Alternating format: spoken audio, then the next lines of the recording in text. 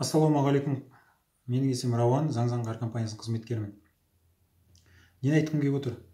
Қысқаша айтып өтейін. 110-шы 26 наурызда қабылданған еңбек министрлігінің бұйрығы бар. Соған 22 мамырда кеше қосымша толықтыру енгізіліп, 42.500 теңге тағайындалмаған адамдардың өтініштерін қайтадан қарау тәртібі бекітілді.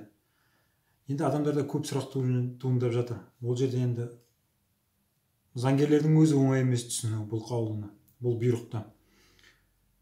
Ол жерде көп түсініксіз жағдайлар бар. Соның көбісін сұрайтын, штаб қайда дейді. Қайдан кеңес аламыз? Нені сұраймыз, неден білеміз дейді. Осыған байланысты түсіндірме беріп кетуді жөн көріп отырмын, және де сұрақтарымыз бар жергілікті атқарушы органдерге. Мысал үшін, штаб дегеніміз барған жұмыспен қамту орталығына барсын, акиматқа барсын, кім екенін айтпайды, жөнін айтпайтын көрінеді, қайда барарын білмейді, халықтар босып жүр. Мұны қалай түсінуге болады? Неге арнайы бізде жергілікті атқарушы орган осы тұрғылықты халықтың бүкіл мұң-мұқтажымен олардың сұрақтарын, оларға жағдайларын жасауға қызмет етпей ме? Сол функция жүктелген олар мемлекеттің тарапынан. Неге мемлекеттік қызметте отырған адамдар ананы білмеймін, мынаны білмеймін деп адамдар сандалтады? Неге сіздер өздеріңізге жүктелген міндеттерді нақты орындап, халыққа тиісті жауап беру керек деп есептейміз? Адамдар босып жүр осы кезде. Қайда, не төлеу керек екенін білмейді. Мұның оп-оңай ғана шешімі бар. Ол үшін өкілетті орган бар, жауап беретін.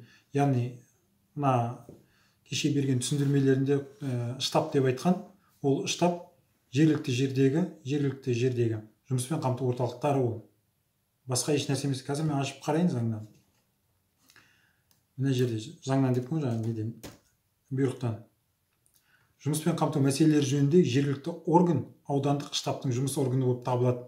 Болды. Осы сөз жеткілікті. Аудан әкімдігі өзінің міндетіне алып, жұмыспен қамту мәселелері жөніндегі жергілікті орган деп тұрғанымыз біздің жұмыспен қамту орталықтары осы жерге тапсыру керек. Сол жерде адамдарды қабылдау керек. Ол тіпті қарапайым көшедегі адамдар емес, жұмыспен қамту орталығында отырған мамандардың өзі мына бұйрықтың мазмұнын, мәнін түсіне бермейді. Сондықтан адамдарды босқа сандалтуға жол бермей, адамдарды онсыз да шаршап жүргенде шаршатқызбай, тиісті түсіндірме жұмыста жүргізетін адамдарды белгілеп, тиісті құжаттарын сандалтпай қабылдап алуды ұйымдастыру керек. Мұнақты мына жерде қандай үлгіде арыз тапсыру керек екенін, қандай құжаттар жинақтау керек екенін көрсетілген. Дәл осыларды жөнге қойып, оқып шығып мамандарыңыз түсіндірме бергені жөн деп есептейміз. Адамдарды сандалтуға жол бермеген дұрыс. Енді 42.500 теңгені қайтты. 42.500 теңгені кімдер тағайындалмағандардан кімдер ала алады? Кімдер арыз беру керек? Яғни 42.500 теңге алуға толық құқығым бар.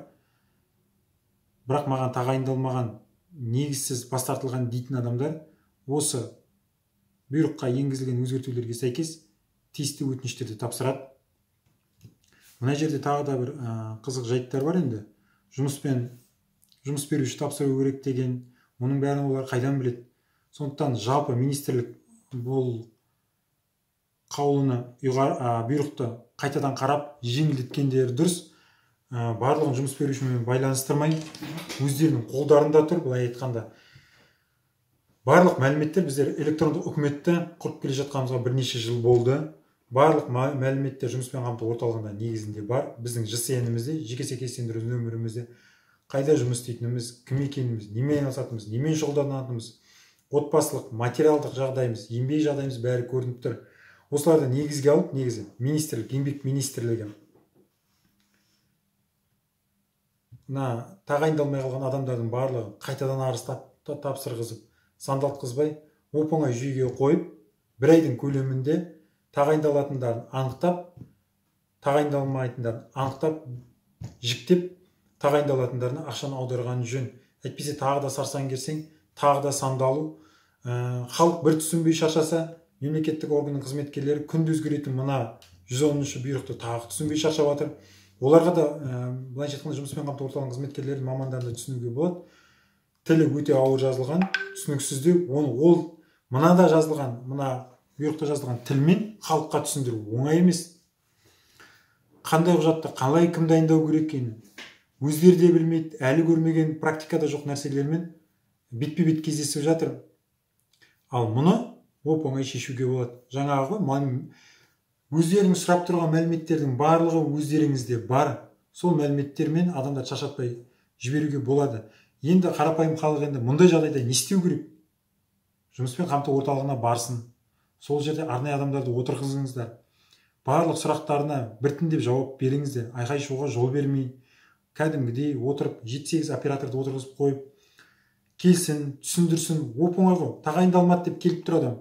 Неге тағайындалмады деп сұрап тұр? Сіздер түсіндіріңіздер. Мінекей мына құжатқа сәйкес, осы 9-шы қосымшаға сәйкес өтінішті қайтадан тапсырыңыз. Мынандай құжаттар керек деп түсіндіріңіз. Сөйтіп құжаттарын қабылдап алуға жұмыс жасаңыздар. Енді мына жерде, мысалы үшін мына жерде қағиданың 23-ші тармағында айтыпты, 22-ші тармағы, әлеуметтік, яғни көрсетілген өтініш шешімін қайта қарау туралы өтінішке мыналар қоса беріледі депті. Әлеуметтік аударымдарды төлеушінің төтенше жағдай кезеңінде қызметінің шектелуіне байланысты кірісінен айырылу фактісін растайтын құжаттар. Құдай-ау, мынаны қалай түсінбек түгел оқып шығудыңыз оңай болған жоқ қой. Бұл қандай факт, бұл қандай құжаттар растайды? Қандай құжаттар растайды? Біз нені алып келейік? Базардағы нанның қымбаттағанын ба, ұнның қымбаттағанын ба, шайдың, сүттің қымбаттағаны туралы қаулыларды әкелейік па, оны қайдан аламыз? Бұл қандай құжаттар? Мұны қалай түсінуге болады? Әлеуметтік аударымдар төлеушінің төтенше жағдай кезеңінде қызметінің шектелуіне байланысты кірісінен айырылу фактісін растайтын құжаттар. Қандай қызметінің шектелуі? Оны дәлелдеудің не керегі бар? Төтенше жағдай жарияланды.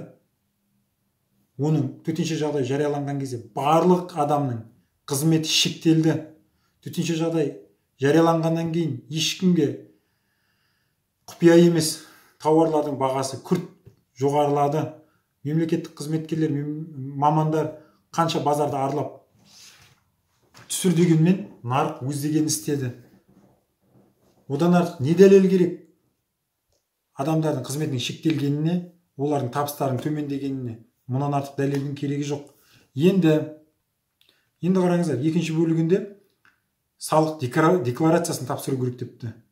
200 нысан бойынша. Оның не керегі бар?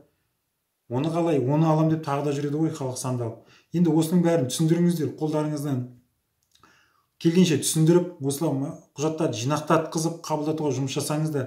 Барлық адамдарға айтатыным, жұмыспен қамту орталық штаб деген сөз, ол жұмыспен қамту орталығы болды.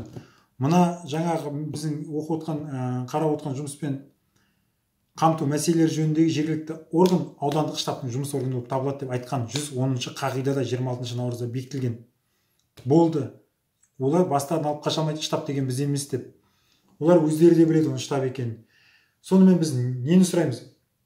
Егер де сізде сұрақтарыңыз болатын болса, маған не себепті тағайындалмаған анықтауым керек дейтін болсаңыздар, жұмыспен қамту орталығына барыңыздар. Сол жерден тәптіштеп бәрін сұрап алыңыздар. Олар сіздерге толық түсіндіруге міндетті. Асықпай, аптықпай, айқай-шуға баспай, өзіңіздің сұрақтарыңызды нақтылап қойыңыздар. Ол жерде отырған мамандар да адам. Сіздің бүкіл негатив тапар болған түпкеніңізден ол мамандар еш нәрсені шешпейді. Ол мамандар ол жерде неге отыр? Біріншіден, осы қағиданың талаптарын түсіндіруге, сіздің сұрақтарға жауап беруге, және қабылдап алып құжаттарды тиісті шешімдер қабылдау үшін одан әрі жылжытуға жұмыс істеп отыр сол адамдар. Сондықтан оларға бар бүкіл осы 42500-ге қойылатын талаптарыңыз бен ашуларыңыздың бәрін оларға барып айтқаннан мәселе шешілмейді. Сіздердің қойып отқан сұрақтарыңыз бен мәселелерін шешетін еңбек министрі және жаңа өтініштеріңіз бойынша жауап беретін жұмыспен қамту орталығының тиісті өкілетті органдары мен мамандары. Сонымен бірге өтініштерді тапсырған кезде енді сіздерге айтатыным, міндетті түрде талон алыңыз, қабылдап алған жөнінде. Өйткені нақты күндері бар. Өтініштер қабылдаған 5 жұмыс күні ішінде немесе 3 жұмыс күні ішінде тағы сол секілді мына қағидада нақты мерзімдер көрсетілген, қалай қанша уақытта мұны қарайтыны. Сондықтан өтінішті тапсырған кезде міндетті түрде талон алыңыздар. Бұл талон нені дәлелдейді? Сіздің өтінішті тапсырғаныңызды және тапсырған күніңізді және оны қабылдаған қызметкерді дәлелдейді. ертең көптеген жағдайларда бізге адамдар хабарласады, апарып бердік, қабылдап алды, талон берген жоқ дейді. Іс жүзінде келіп оны біз сұратқан кезде адамның құжаттарды қабылдамаған анықталады, тапсырмаған, келмеген болып шыға келесіздер. Кім кінәлі? Қызметкер емес, сіз кінәлі. Өйткені сіз қамсыздық танытқансыз. Сіз өзіңіздің барып өтініш тапсырғаныңызды, ол қызметкерге құжаттар өткізгеніңізді дәлелдей алмайсыз, олар оны мойындамайды.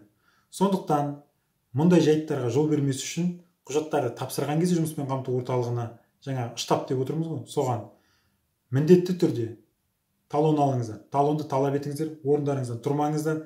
Олардың ол міндетті беруге. Бермейміз деп жалтара алмайды. Ыңғайы келсе осы видеоны көрсетіңіздер. Олардың тікелей міндеті талон беру. Бұл заңмен бекітілген міндеттері. Құжат қабылдады, беруге тиіс. Сонымен енді 42.500 теңгеге ала алмадым деген адамдар қайда барам десе, аудандық әкімшіліктен анықтаңыздар. Жұмыспен қамту орталығына барасыздар, оның қайда орналасқанын барлығын. Сөйтіп жұмыспен қамту орталығына барып, асықпай отырып, түсінісіп алыңыздар. Сөйтіп өтініштеріңізді толтырып тапсырыңыздар. Сіздерден көптеген құжаттар сұратуға олардың құқықтары жоқ. Егер де сіздің көңіліңізге жақпайтын құжаттар сұрата бастаса, жаңа қағиданы ашыңыз, маған көрсетіңіз, сілтемені нақтылаңыз деп талап етіңіз. Біздер мына мемлекеттің, осы біздің Қазақстанда азаматтық қоғамның қалыптасып құқықтық мемлекеттің құрылуына әрбіріміз жауаптымыз. Бізде неге олай, қай заңда, қай нормативтік актіде, қай қаулыда, қай бұйрықта көрсетілді деген сұрақтарды әркез қоюымыз керек, көзіміз жеткізуіміз керек. Анау айтты, мынау айтты дегенге алданбаңыздар. Құжатты көрсетсін, мемлекеттік қызметкерлер өздерінің әрбір әрекетін заңға, қолданыстағы құқық нормаларына сүйеніп істеуі керек. Осыны сұрап отырыңыздар.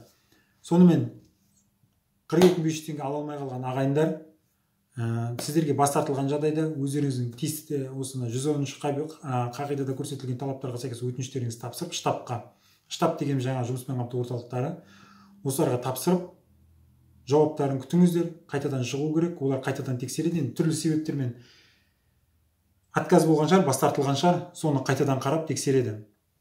Енді мұндай мүмкіндік беріп жатқан үшін министрлікке де рахмет. Бірақ енді біздің ренішіміз неде, халықтың осы мына түзетулер мен толықтырулар енгізулеріңіздің өзі, тәртібін қайтадан бекітудің өзінде адамдар сандалысқа апару бар. Әрине желтоқсанға дейін созылады депсіздер. Бірақ дегенмен сіздердің барлығы қолдарыңызда тұр. Оп-оңай адамдар сандалтпай, шаршатпай, сол 42.500 теңгені аудара салуға. Сол ЖСН арқылы оның есеп-шотын білуге болады, материалды жағдайын, жаңа айтып өткендей, отбасылық жағдайын бәрін білуге болады. Сонымен қайтадан аудара салыңыздар. Кәдімгідей штаб дедіңіздер ме? Қазақстан Республикасының аумағы бойынша бір штаб құрыңыздар. Жақсы, білікті мамандар жиналса, 50-60 адам болсын, 10 адам болсын, жеткілікті солардың бәрі. Осыны істеп, барлығын жайымен біртіндеп аударсын. Адамдар сандалмайды, есеп-шотының ақшасы түседі, қуанады, сіздерге риза, Алла да разы болады сіздерге. Сонымен жақсы күндерге кездескенше 42.500 теңге алуға тілектеспін. Алла жолдарыңызды ашық етсін, алдарыңыздан жарылқасын.